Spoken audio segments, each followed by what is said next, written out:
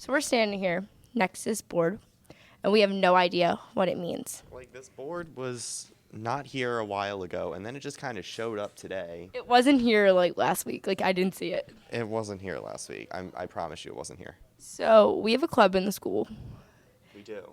and they know how to code things. Yeah, and like, this is very... Like need it to be coded. Like we need to figure out how to figure out what this is. Yeah, So Ben, why don't you take a swing at it and figure out what this is, I don't know. and try to code it. Well, this person holds 13 patents, contributed to 3 technical books, and published or presented over 150 papers. He is course director of the Liberty Bell Corrosion course in water treatment since 1962. Fancy. Which one? George J. Kritz? Well, George, you are now on TV unless are. he's It dead. is George. So you do you. So why don't you go check out someone who can really code? Hi, I'm John Maxey here talking with Tanya Garcia about Girls Who Code Club. Thanks for joining us, Tanya. Thank you. So, what is coding? Coding is a type of software that you use to make applications, make database, make computer programs, video games. So it's just overall general of way to proceed like technology. Okay. How do you go about it? Where do you start with coding? Right now we got just contact from the national organization about coding, and they're going to bring people that know about coding that are professionals in the field, and they come along and they teach you how to teach you the basics of coding, and they organize it's kind of like a course, like a step by step how to do coding. What's the end result of coding? You can be able to build applications, able to make your own video games. It won't be a big video game or big application, but it will be something that when you do have an idea of making an application, you'll have like the basics and the principles of how to make, your idea more Okay. real. Yeah.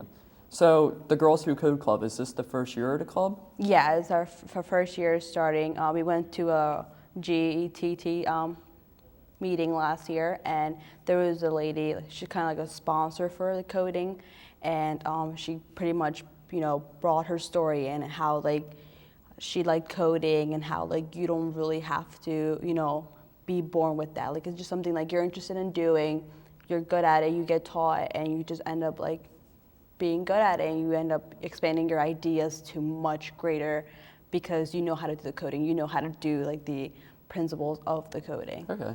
You said the lady who came in and talked to you guys was from GTT? Yeah. Is that the parent club, you could say?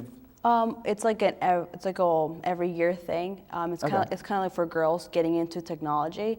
It's just for girls. So all the meetings are sponsored by women that are in technology, engineering, IT. The business of IT is just all of them are females that are in leading positions of technology and engineering. Okay. So you said it is all females. Why is the Girls Who Code Club here only females? Because it's a national organization, so we have no control of that. We're just going by their rules because they are providing us with people, the equipment and the advice, and for greater experience. But we're just following their rules because that's a national organization. It's nothing that you can just ban, oh, let's put guys in. If it was something that we started and we knew how to code, we could invite everyone in, but we don't know how to do any of that yet. So maybe years from now, and the girls can pick up where they ended, and they can bring guys in. But I'm sure there's other guys coding out clubs out there that guys can do, and so it's just for girls because mainly what we talked about in the conference is that there's a 2%, 10% percentage of girls that are in the technology and engineering major. So it's led by a bunch of guys, which is not a big problem, but it's just we want to make more girls interested in technology and engineering and math rather than something that's already more common. So Yeah, that's great. No, definitely getting females involved in jobs that males usually hold. That's great. When you guys meet, what generally happens at a meeting? Well, we met like Monday, and we talked about, just we wanted to see like overall how many girls we had in the club. So we need about 10 girls, and we had like 15. That's So great. we just wanted to make sure before we establish anything to the national, organization, that we had enough girls to actually continue like have the club. So we got 15 girls there. So I think that's good enough Okay. to start So with. you haven't really started like No. got into the coding yet? No, not yet. We contacted them last spring, and they told us that it starts around like fall, September, October, and now they're like pushing it off to October so that they can get all the people to come in and do all like the the books and stuff like that and equipment and so right now we haven't started yet, but we have the acceptance of the school board and the national organization, and we have our sponsor, and we have enough girls to make the club. So. Okay, you said you had a pretty good amount of girls come to your first meeting. Mm-hmm. How did they find out about it? How did you guys advertise the club? We advertised during the freshman orientation, so we got a couple of girls there. Also, some of the girls that went to the conference, they really liked it. They wanted to make actually a club, so we got them interested as well. And then they had friends that wanted to do it, so they talked about it with their friends, and then they also got involved. And also Miss Bulb, that's our sponsor.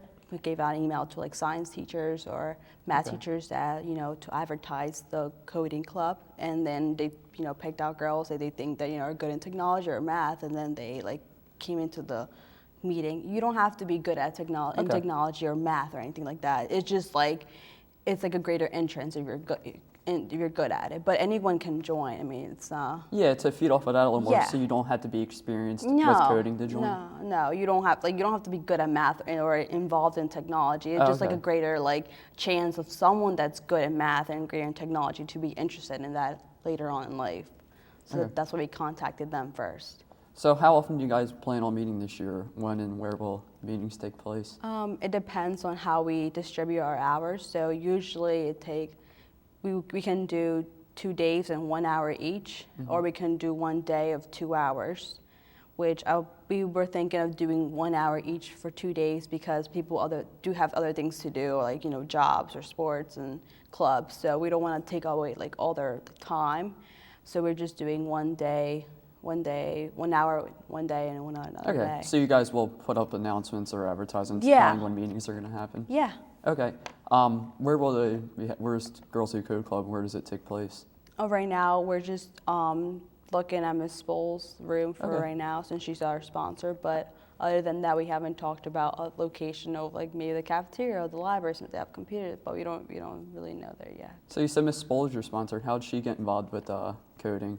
I mean, she's an English teacher, so she doesn't know much of that. But she wanted to help us out because we did want to sponsor, and we reached out to her because when we went to the conference, they took pictures of the place and us, and she reached out to us how did you like it? And then we told her how we wanted to make a club, and then she offered to be our sponsor. So then ever since then she's been talking to the National Association, doing all the paperwork the whole summer and beginning of the spring, and to get us in there. So it's going to be a learning experience for everyone yeah, involved. Yeah, pretty much, yeah. So is there anything else you'd like to add? No, I think that's all. Okay, thank you for joining us. Thank you for having me. I'm John Maxey here talking with Tanya Garcia about the Girls Who Code Club. Pay attention to announcements and advertisements will be telling you when the meetings are taking place. It sounds like a great time. I think all the girls in school should definitely be interested. Now back to the Eagle's Eye.